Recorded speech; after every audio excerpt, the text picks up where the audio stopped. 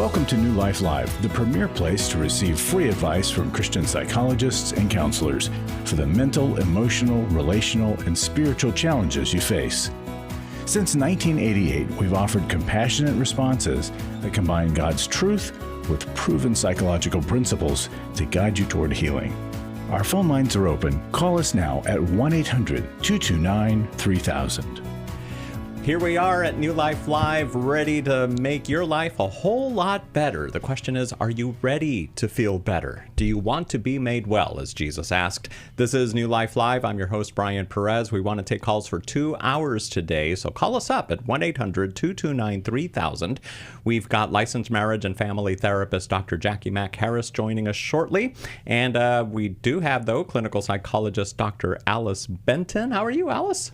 I'm having a splendid morning, Brian. Thank you. She's doing splendidly. That means she's ready to answer your calls at 1-800-229-3000. What do you want to talk about? Shame, your past, your future? We can talk about anything here at 1-800-229-3000. What's on your mind, Alice? Just start us off. Boulder removal. And we are going to be your boulder removal experts today. I want to share a parable. There was once a king in a kingdom far away in ancient times who purposefully put an enormous boulder in the middle of the main path to town. And he did this waiting to see how his townspeople would respond. The strongest knights of the kingdom passed by it, pretended it wasn't there, climbed over it, certainly didn't consider removing it. The wealthy, wise merchants of the town similarly did nothing helpful about it, just made their own way around it, and the townspeople didn't know what to do with it. But all of them complained, why does our king not keep our roads smoother and clearer for us? What a poor king we have. And then an old gardener came along bringing his vegetables to market. And he got a stick, got a lever, and he removed the boulder, even though he barely had the strength to do so in his advanced age. He found under that boulder a purse that the king left, filled with gold and jewels and an invitation to join the king in his castle. Sometimes we are the knights and the merchants and the townspeople. We have boulders in our path, but we aren't going to do much about it. We try to avoid it. We deny it. We blame it on other people. We wait for somebody else to remove it for us. But God has promised that no matter what our boulder is, He will use it for our good if we believe in Him, trust in Him, and follow His way. If we try to handle the boulder rather than turning a blind eye to it. In the testings, there's always a blessing. But most of us come across a boulder and just say, why me? Why does God do this to me? He never gives me a break. And yet, if we're willing to look for the lesson, the blessing, the freedom He's inviting us to, if we'll dig into the hard work of trusting Him and following His word, we can experience manifold blessings from those boulders. I'm not always the old man who's willing to remove the boulder. I've got to admit that to you. Sometimes I just want to avoid it and leave it for somebody else to do. So we all have boulders in our path today, and we want to invite you to call us because we know how to help manage it in a way that will extract God's blessing from the problem that you're dealing with. So if you've got boulders in your life, give us a call at 1-800-229-3000. We'd love to talk about them, show you how to move them out of the path, not just make a new path around, like you said, because that's sometimes the easiest thing to do. Maybe not the easiest, but you're putting off the inevitable. You're saying, I'll get to that boulder eventually. So procrastination, there's something we can talk about today here on New Life Live, because that's something we all kind of struggle with, or maybe it's a mountain of paperwork, or it's a closet that needs to be cleaned out. There's so much that people put off, and they just say, you know what, I'll do this some other time. But you know what? Dig through it. You just might find. Did I tell the story? Well, you were here. I dug through a box recently that I had been meaning to go to, and at the very bottom of the box was a gift card. So I called the number on the back, and I hadn't used it, and I'm like, cool, free lunch. So anyway, you never know. You might find a gift card there at the bottom of the box. Or, as in Alice's parable, a purse of gold and jewelry, and an invitation to the king. Give us a call, 1-800-229-3000. I went to Every Man's Battle in 2012. My sexual integrity was not what it should have been. I sought out affairs, whether physical or emotional. Until I came to Every Man's Battle, I didn't understand that would never fill that void. Every day, men struggle with sexual integrity. Impure thoughts, strip clubs, affairs, pornography. The shame and guilt was overwhelming. For over 20 years, New Life Ministries has been helping men regain their integrity and purity through their one-of-a-kind Every Man's Battle Intensive. You will discover what the true root of your pain is, and you will discover how to overcome. You don't have to struggle any longer. Get help in Dallas, Texas, July 18th through the 20th. Call 1-800-NEW-LIFE to register or to find out more. 1-800-639-5433 or online at newlife.com. Use the discount code NLL to save $50. Every Man's Battle saved my life.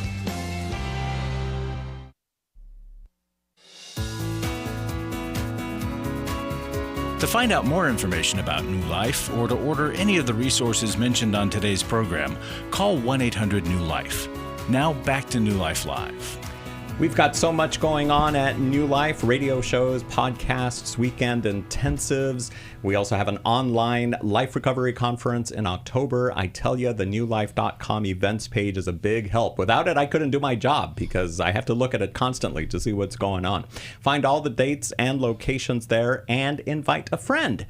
Well, maybe not to the Intimacy and Marriage Intensive. You shouldn't invite your friend. You should invite your spouse to that.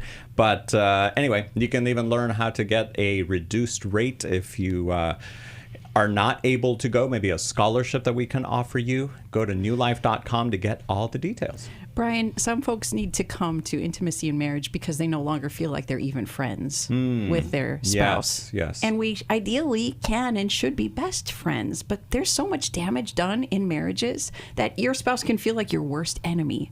Intimacy and Marriage truly can turn that around for you. And if you have a couple friend, Who's that voice? It's Dr. Jacqui Mack-Harris. Hello, everyone. Yeah, if you've got friends that you know are struggling, tell them about Intimacy and Marriage. Yeah. See if you can convince them to, double date for the weekend at Intimacy and Marriage. It's a great idea. Get the details at newlife.com/IIM, as in Intimacy and Marriage, or call us at 1-800-229-3000. Alice, you mentioned something that spouses should be each other's best friend. Would you guys agree with that? Because I've heard the other side that no, guys should have like a guy friend that they can confide in, and women should have a woman friend that they should confide in. What would you guys say? I'd say marriage works best if your spouse is not your only best friend, but I do think a spouse ideally can and should be your top best friend. But I think what you said is also correct, that if I have a good girlfriend I can confide in and my husband has a good guy friend, our marriage friendship will be even better because there are complaints and issues and things we women need to process that our men might have limited capacity for, and we need another gal who has high emotional capacity to be able to do that with us, and vice versa. Our men need another man to be able to confide in. And it's important to have someone safe in your life that you can confide in that's not going to necessarily bandwagon with you. Sometimes I'm frustrated with my husband about something and I need to talk it out, and it doesn't necessarily mean he's wrong. It might be me. But if I can go to my sister and we can talk it out and she can hold space for me to process it, I can get it out of myself, hear myself, make sense of it, and not have put all that burden on my husband, because that's where the hurts build up and build up and build up in relationship. We have these misses and then these attacks trying to get it resolved, and it leaves scars. And so having a close male friend or a close female friend that is supportive of your marriage, I think is important. But I also agree with what Alice said. I think that you want that to be your person. Like the when I am in trouble or something great happens, my instinct is to call my husband. He's the first person I want to tell. And I think that's what we want. That's what we want our marriages to be. But it doesn't tend to work well if we have an opposite sex best friend outside of our spouse. That becomes dangerous for a marriage over time. Absolutely. Yeah. And sometimes not even over time, sometimes pretty quickly. And so sometimes people will say, well, we're just friends. And okay, that's great. However, you need to have really, really good boundaries. If you have a friend, a very close friend of the opposite gender, and I do know some people who have like childhood friends, people that they've grown up with or went to school with, that they are still very close to, but they're close to them in the couple relationship. Right. Okay. So Yeah. he's grown up with this girl in his neighborhood. They've been best friends. Their families have been best friends. And now he's married. Well, now his wife and her are very close friends. Yes. And her family and his family now can get together and do things. They're still best friends, but it shifted. He's really close with her husband as well as her, and so on. So I think you just have to really have good boundaries and protect yourselves, protect each other's marriages, and make good choices in how you spend time. Yep. All right. What do you guys want to talk about today? 1-800-229-3000 is our number, and we're going to go to Mary, who is in Nashville, Tennessee, listening on WNOM. Hello, Mary. Thanks for calling New Life Live. Hi, thanks for taking my call. I certainly appreciate it. I'll try to. Well, I'm in a marriage that I've been in for 44 years, and it's, I wouldn't leave it by any means. I just feel like marriage is very important, especially when you make vows to do it. And anyway, my question is this. My husband, I don't know, after, say, 15 years of marriage, he just kind of did an about face in a lot of areas. Nothing drastically bad or anything, but he won't tell me the truth. He knows that's very important to me because I grew up with a father who, honestly, whatever he told you, knew he was going to do the opposite. That being said, truth is very important, and he just little things, anything. I'll ask him, we'll just be general, just a general thing like, okay, he has a list of some things he needs to do around the house, and he'll say, I said, did you clean that piece on the gutter off the gutter? Sure it did. Well, I'm looking right at it. It's not. But he'll swear it is. Mary, Mary, it's made the relationship unsafe for you, even though he's lying about odd little things that it probably wouldn't matter to you at all if he said, oh, I haven't gotten to it yet. I'm sure you'd have grace for him in that. But because of the historical, painful lies your father told, lack of follow through, this is really tough. Can you tell us, after 15 years of being married, when this change came about, do you know or have a guess at something he's ashamed of and is hiding?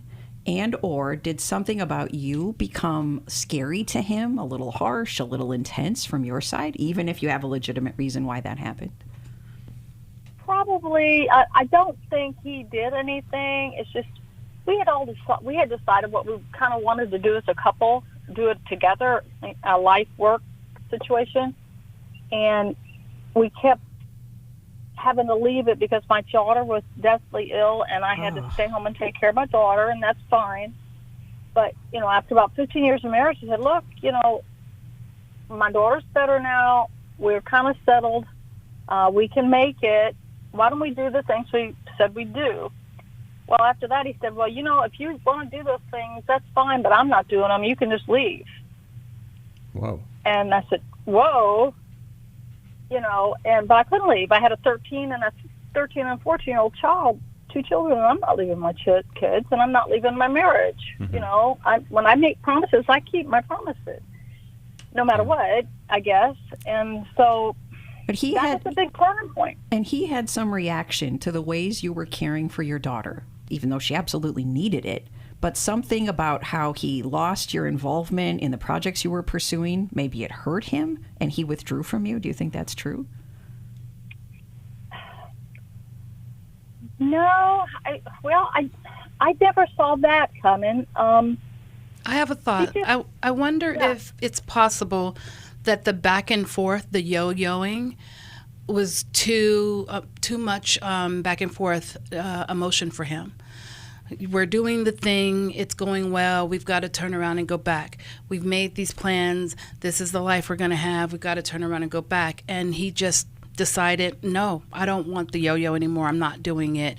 And the other thought that I was having while you were speaking is I wondered if the two of you agreed on this work. Sometimes people, when they're dating, they say, we're going to be missionaries and we're going to go out and, minister in the world. And in the dating relationship, sometimes people are not, they're a pleaser and they just want to make the other person happy, and they agree to things because they haven't really thought about it yet. I encounter that with pre-married couples pretty regularly, where one thinks this is what we've planned to do and the other one's like, well, I can't tell you what I'm going to do in 10 years. And so I'm like, well, I don't have a problem with it, so I agree to it. But it's not necessarily their heart's desire. They're just like, yeah, sure, we'll do that. And that seems like a lie 15 years down the road when you decide, no, I actually really don't want to do that. And so does any of that resonate for you, Mary? Well, I can see the point you're making, but he was doing what we were doing. He was slightly doing it. I mean, we were going to do church work. He does preach. We do vocational preaching while he has his job. And our thing was for us to do it together, not me preach, but, do something in a religious form. And that was all it was. And he was still doing that along with working. And I said, well, if it takes time to take the leap to, let's try to get it together in one place, kind of stay somewhere, because with this job, he's moving every 3 years.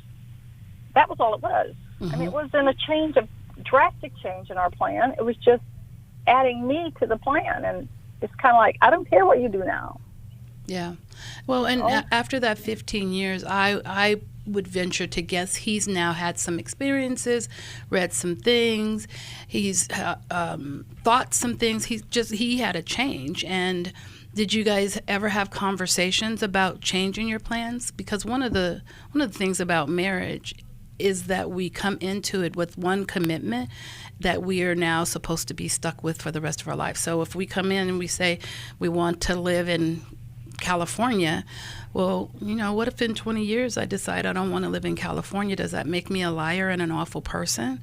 All right. So is there no room for renegotiation of terms within the boundaries of our marriage? But people change. People learn other things, and other things begin to interest them. And I just wonder if some of that is what went on. The thoughts that you had were different than the thoughts he had. And then I want to get back to the trust issue, because you grew up with a father whose words you couldn't trust. And you mentioned, like, you'll ask him, did you clean that corner of the gutter? And he'll say, yeah, I took care of it. And you're looking right at it. And what that made me think was, he's been married to you long enough to understand the setup. And if he knows that sometimes you just are testing him, then he may be not willing to engage, and so he's just kind of blowing you off. Does that feel like what happens sometimes? I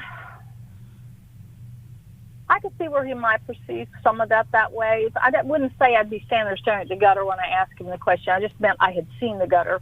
That's what I meant. But I didn't think you were standing right there. I knew you meant it as an analogy. But the fact is, you already knew he didn't do it, and yet you asked him if he had done it, which was setting him up, because you knew he didn't do it. So why ask? You wanted to see if he would tell you the truth or lie. And so you set things in place for him to fail, and then you get exactly what it was you said you didn't want, which was evidence that he's going to lie to you. You wouldn't have felt lied to if you hadn't asked him a question you already knew the answer to. So how should she ask the question? There's no reason to ask the question. You already know he didn't do it. Okay. But there's some need you have for him to give you something that feels like truth. So you set these tests and traps. And if he says the right thing, then you feel loved. And if he says the wrong thing, then you feel lied to.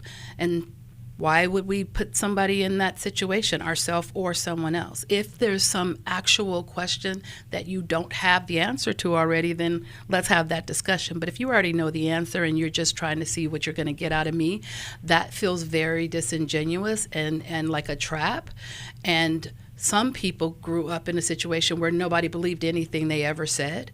And so they have a really hard time with all these questions, and they feel like they're constantly being measured and temperatures taken. And so then now you're triggering their stuff, and their lying, their hiding starts to show up, and now we're going back and forth. But if there's no reason to ask the question, why are we putting ourselves in harm's way? Because that's what it's doing. You know how he is. You know what he's going to say. You know he didn't do it. Why ask? So I think there are two alternate routes to get to the intimacy you want with him. And one is to ask, how did it affect you that I had to keep pulling back from our plan to care for our daughter? I think that hurt you, confused you, and maybe made you want to withdraw from me. Would you tell me about it? And then just be a reflective listener. But the other one is to say, I want to be safe enough for you to be upfront and honest with me. And I think I must make that difficult somehow. Called the radio show. They told me that I kind of set up traps for you. I didn't even realize I did that. Oh, my goodness. Do you feel like that? And that might break you two out of the pattern you have that doesn't lead to intimacy. Do you think trust might be a good resource for? Absolutely. Okay. I was listening to it on the way in today. right. Absolutely. Good book. We're going to send that to you. Thanks for calling Chapter in 10. today. Chapter 10. That book is available in the newlife.com store as well. And Mary, you and your husband should definitely attend the Intimacy and Marriage Weekend Intensive that we were just talking about a moment ago. The next one is in Washington, D.C., the weekend of July 25th. In fact, early bird pricing ends this Friday, so take advantage of that now at newlife.com. We'll be right back. I was stuck. I was so stuck. 27 years married. My husband addicted to pornography for the majority of our marriage. I was very isolated and didn't really know which way to turn. If you've been affected by betrayal, an emotional or physical affair, or pornography, Restore Intensive will equip you with support and tools to help you through. When two people want to do their part, we can be restored. But if they don't, we can still be restored. We are not stuck because someone else made a decision. That God lets us weigh in on how we want to walk out our lives. Our wellness does not hinge on another person's decision. The Restore Intensive is coming to Washington, D.C. November 7th to the 9th. Register online at newlife.com or call 1-800-NEW-LIFE and use the discount code NLL to save $50. You guys helped me figure out what was going on. 1-800-NEW-LIFE and the discount code NLL.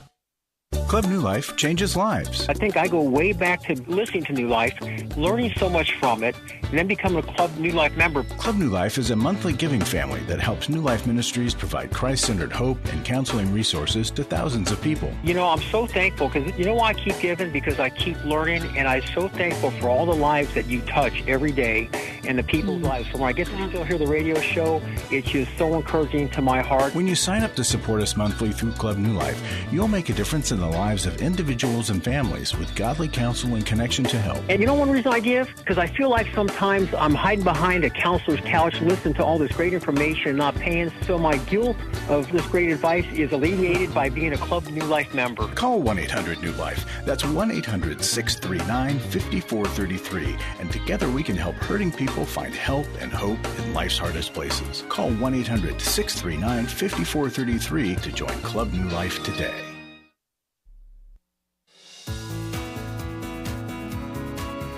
We'd love to hear from you. If you have a question or a comment, call toll-free 1-800-229-3000.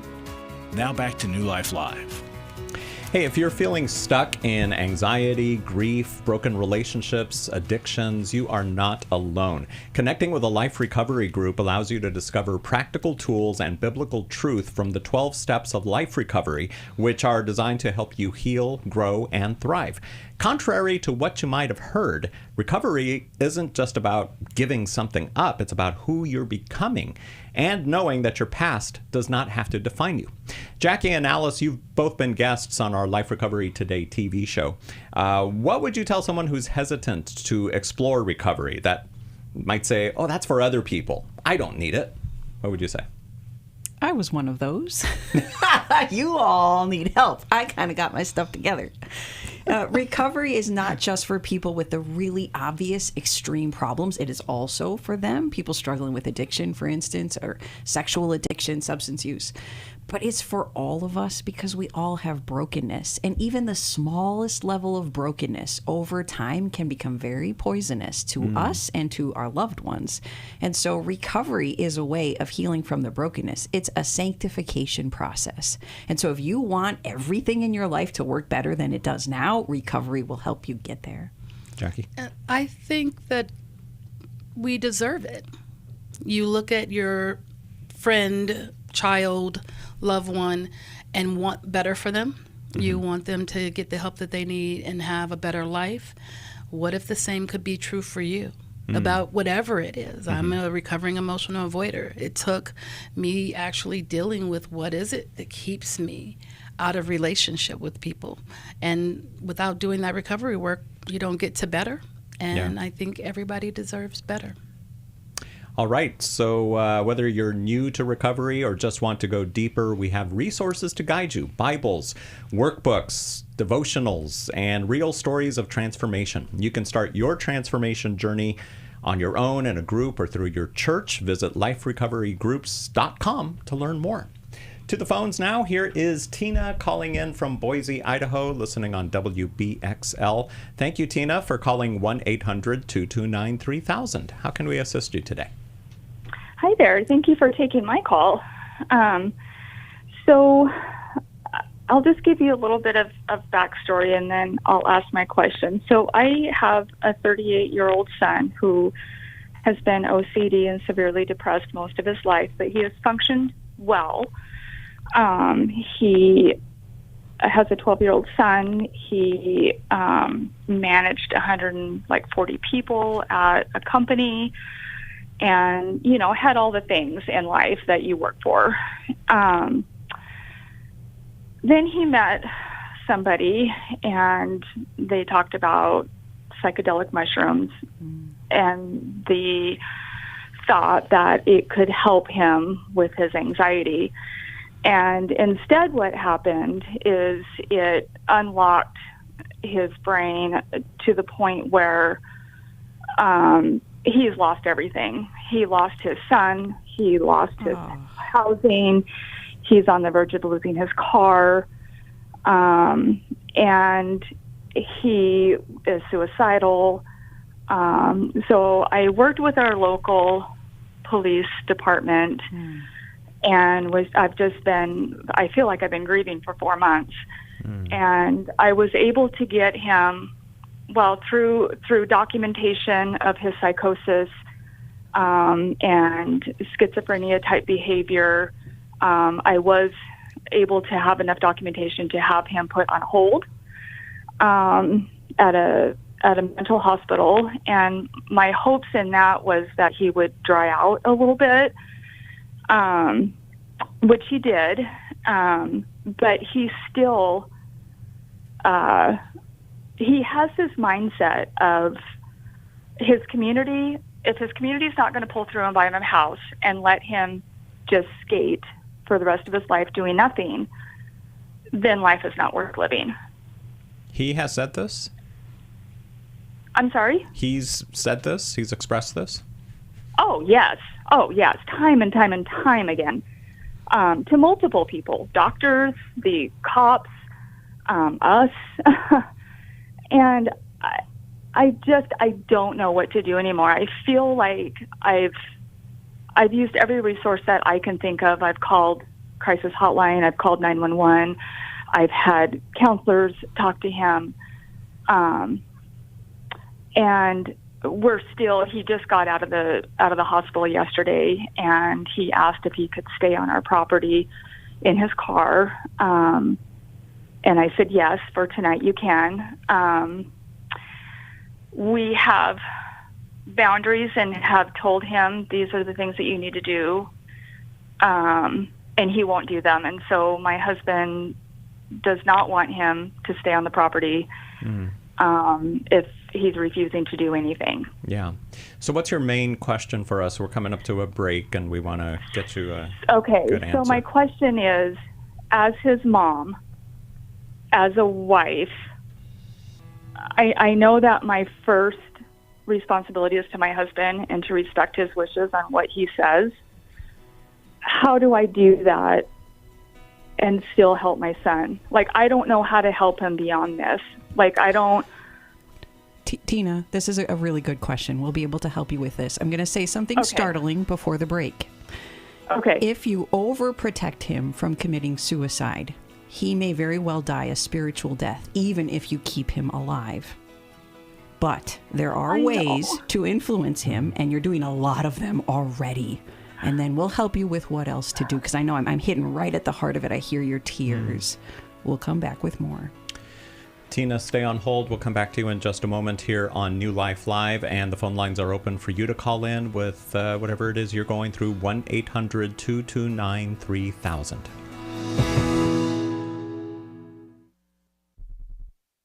We We've been married 33 years. We attended the Intimacy and Marriage Workshop.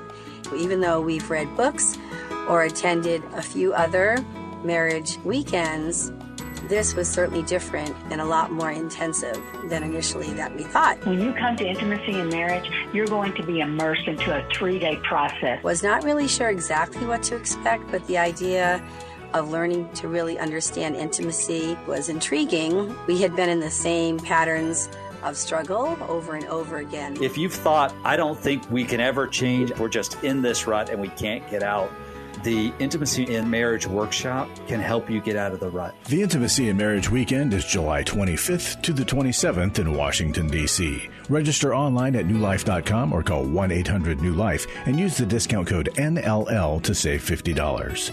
1-800-639-5433. I would highly recommend it.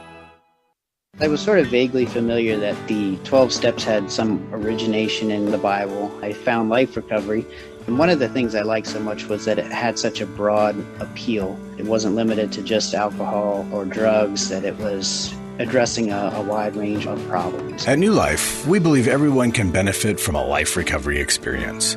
There are life recovery groups all over the country. They take place online, in conference calls, and in person. And if there isn't one in your area, we can help you start one. We have startup materials, leaders' guides, CDs, Bibles, and more, all with discounts available for groups. Call us at 1-800-NEW-LIFE and ask for Terry Ward. The 12 Steps have long been a great help to people in recovery because much of the 12 Steps' power comes from the fact that they capture principles clearly revealed in the Bible. The 12 steps is really a pattern for all of us as Christians. Call 1-800-NEW-LIFE. That's 1-800-639-5433. We're glad you joined us for New Life Live. To be a part of the program, call 1-800-229-3000. Now back to New Life Live. And let's go back to Tina in Boise. Quick question for you, Tina. You're married. Is your husband the father of your son? No. Okay. All right. Any thoughts, guys? I'm so sorry you're going through this. I hear how hard it is, and trying to figure out how do you take care of your son and also respect your husband. I would encourage you to get some help. Some couples help to work through this with your husband. You want to honor his wishes, and at the same time, it leaves you in a position of having to deal with what's going on inside of you should something happen to your son. And with everything that's been going on, I'm sure that this is impacting your marriage. So I would recommend that the two of you get into couples therapy. I also agree with Alice. This is a really hard situation because helping him won't help him. And that then leaves you, again, having to deal with the turmoil inside of you that you're not able to rescue him from this. But I guess what I want to understand is he capable of making choices? I don't understand how somebody could just choose not to do anything. Well, he has mental illness. So you're thinking about his brain as though it works like yours does. And his doesn't work like that anymore, and probably hasn't. And so he is capable of making a choice. Not doing anything is a choice. Right. The thing is, he is not capable of or desirous of making the choices others want him to make. He's viewing the world through this lens that he has. And does mental illness run in the family? It does, actually. His half-brother has schizophrenia and is in prison, and there's mental illness on his dad's side of the family. People don't realize that while some drugs like some psychedelics and marijuana are legal in places, and a lot of people would say that they're harmless, epigenetically, this idea of our DNA codes changing based on the environment or other factors plays a role here. And so the mushroom experience was probably the key that unlocked mental illness for him. Yeah, without a doubt. That, and kicked the door marijuana. in because he had already unlocked it with the marijuana, and then the psilocybin just kicked the door down, and he's going to have to do work to work his way back from that. But what's going on in his brain now isn't something you can reason with. So what do I do? Well, it's just terrifying to think if I let him suffer the consequences of his choices, he may take his life. And he really does struggle with it. And I believe when people talk about suicide, sometimes they use it as a manipulation. Of course, that's a possibility. But oftentimes the pain truly is there. And they really think the only option I can clearly see is suicide. And it might even unburden my family if I take myself out of life. But what we see is that what tends to work best is allowing a person to make their choices and live out what those choices entail, which for your son means if he's broken the agreement, he probably shouldn't live on your property anymore. He knowingly broke that agreement. But you might be willing to take him to the Salvation Army to help him I've tried doing that too. There you go. He won't do any of it. He won't do any of it. You do the right things. I've heard that multiple times. Don't stop doing the right things just because he doesn't accept them. He has a choice. He has the freedom to reject all the good things you offer. And that seems to be what he continues to choose. And as parents, the really painful job we have is to let our kids choose that. That you would respect his free will. But what you can do then behind the scenes as you accept his rejection of your help is for you and your husband to keep getting help so that you're making sure you're cleaning up your side of the street as much as possible so that you're telling your son, gosh, I know I made this choice in parenting you and that hurt you. That was hard. I know when I married my current husband, that was hard for you. You struggled to relate to dad or to my husband. These kinds of things, I'm just making guesses, but these kinds of things that you know probably added to the difficulty in his life. Because when he's the only most obvious problem right now, the shame that a person can carry of, gosh, I'm the addict in the family. And his brother's struggling deeply too. But when he can hear from mom and stepdad, we are imperfect too, son. And we're going to keep doing our work. And if you want our help, if you want some financial help from us, if you want rides to places, then all you got to do is attend a meeting with us. Then all you have to do is accept the call from the therapist that we're willing to set up as soon as you say go. We'll offer that.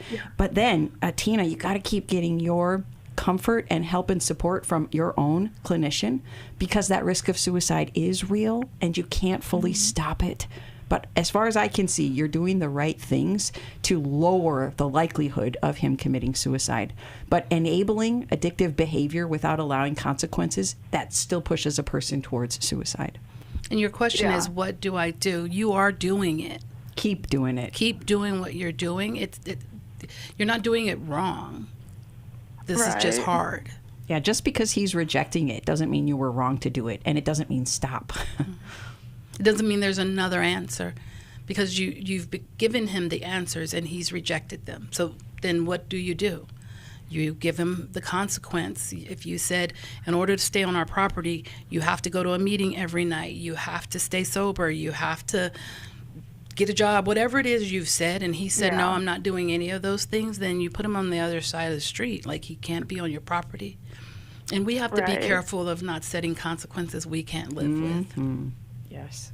Right. Yeah, that's what my husband's afraid of. He's been scary at times too, and my husband's just afraid, what if he does, go off the rails and tries to hurt one of us? I mean, he's afraid of that too because he he has gotten pretty belligerent. I called the cops on him a couple weeks ago because I was afraid of him.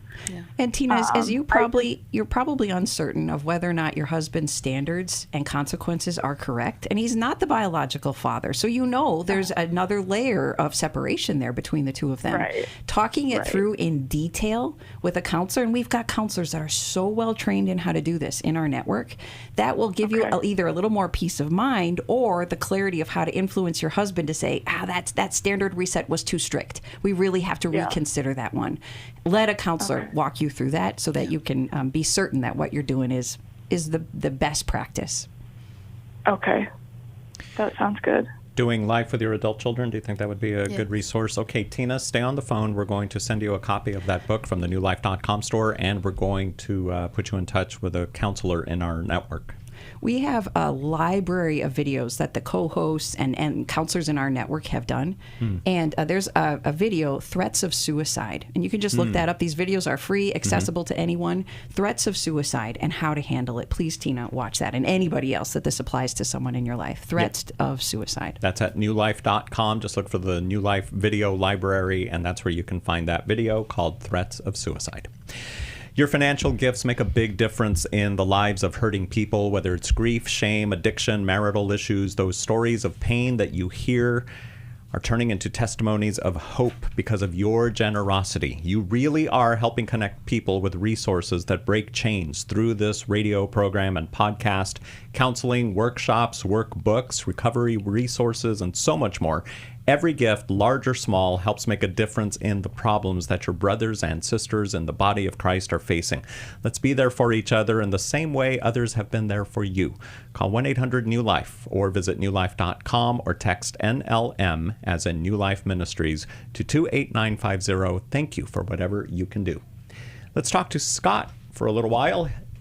Milton, Georgia is where he's calling in from, watching us on Facebook. Hi there, Scott. How can we help you today? Hey, how are you? Doing great, thanks. Good.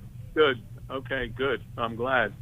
Yeah, I'm here in Milton, Georgia. The reason I'm calling is I wanted some ideas and/or help in trying to kind of set up like some boundaries and/or whatever. Even though I would say even boundaries right now is like the tip of the iceberg. And Scott, as we come to the break, would you just name the relationship in which you want boundaries? That'll help us talk about it while we're on break. Husband, wife. That's helpful. Thank you. Okay. How long have you guys been married? We've been married just over 49 years. Okay. All right. We're going to take a quick. But what? But have not been husband and wife since 2003, if you know what I mean. Yes. Okay. Stay on hold. We'll come back to you right after the break here on New Life Live. And if you've got a question for Dr. Alice Benton or Dr. Jacqui Mack-Harris, 1-800-229-3000 is the number for you to call and talk to them. Do you need help for life's hard situations? My husband recently said he wanted a divorce. I'm confused on what I should do. I have an eating disorder. New Life Live answers your questions on relationships, grief, addiction, trauma, anxiety, and much more, all from a biblical perspective with our panel of professional counselors and psychologists. I learn a lot from your program. You help so many people. I appreciate your ministry. Whether you listen or watch, there are so many ways to connect with us to ask our panel of counselors a question. Call us Monday through Wednesday at 1 p.m. Eastern, 10 a.m. Pacific at 1-800-229-3000 to ask your question on New Life Live. Or go to newlife.com/radio for other ways to get your question answered. I'm trying to find help. I just want to know how to set boundaries. If it's a sin, what am I supposed to do? Need a therapist or a coach, a resource or an intensive? Call us at 1-800-NEW-LIFE. That's 1-800-639-5433. 1-800-NEW-LIFE. For over 35 years, New Life has been the most trusted name in Christian counseling. Your ministry has saved my life. If you struggle with emotional hurt, family or marriage problems, the pit of depression, or the pain of addiction, we can help. I'm down 100 pounds now from what I was. I found a counselor through New Life Ministries, and it's just been outstanding. Our treatment programs provide clinically appropriate solutions from licensed professionals, all in a biblical framework. I have had problems with alcohol. I think God has ordained this place to be His. You don't have to be a prisoner of your pain. Help is available at 1-800-NEW-LIFE. She tells me that I'm a new man, and I feel like a new man. It worked for me, and it can work for them too. This time it is different. If you're ready to take the first steps toward genuine spiritual and emotional healing, call us today at 1-800-NEW-LIFE. God can open the door for a better tomorrow. To get someone that's competent, that's good at what they do, it's been like day and night compared to what I've had before. Call 1-800-639-5433.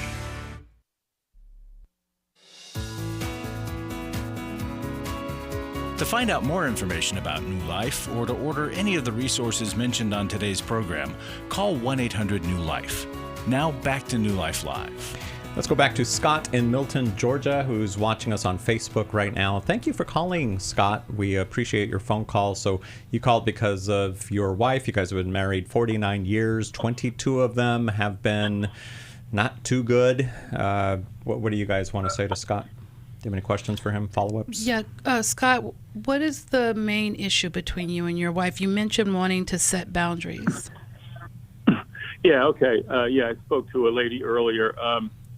The main issue, and I'm not a doctor, but I believe my wife has what they call a narcissistic personality disorder, and literally, like, she basically, I'm not saying 24 hours a day, but she'll follow me around or like eyeball me and then correct me if I'm doing something wrong, or just like anyway. I mean that's part of it where it's kind of gotten, I don't want to say unbelievably out of control. But there's frequent and overwhelming criticism of you and critique, and that's been going on a long time.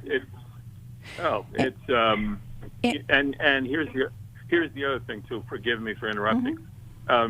Way back in 2003, when this happened, or when it really kind of began or began to spiral, friends of ours tried to help us or like counsel us or be there, and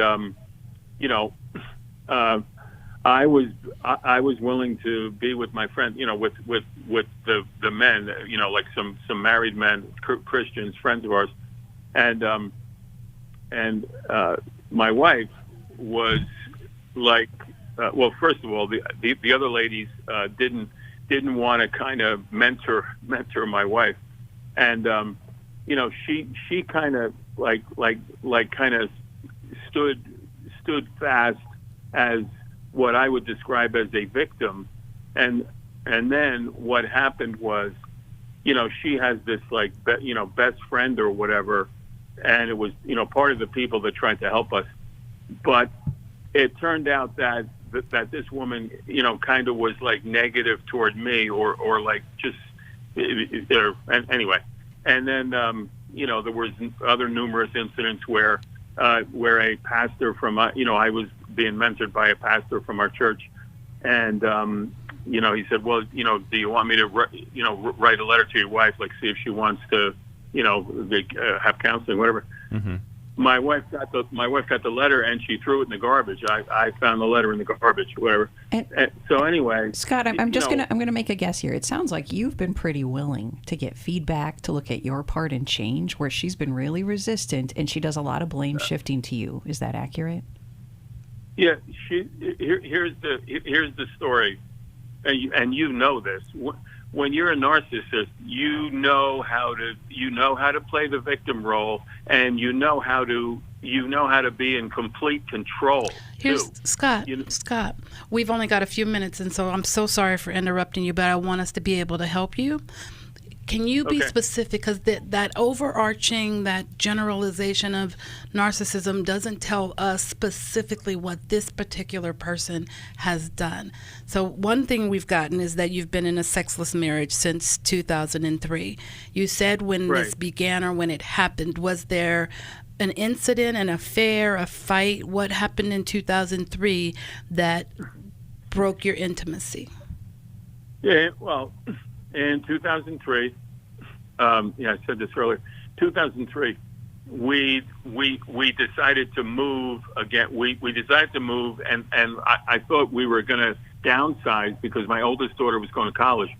So, long story short, though, my wife and her sister found this place, found a new home, but we had to spend an extra $190,000 to $200,000 to update the home, which, I was like, whoa,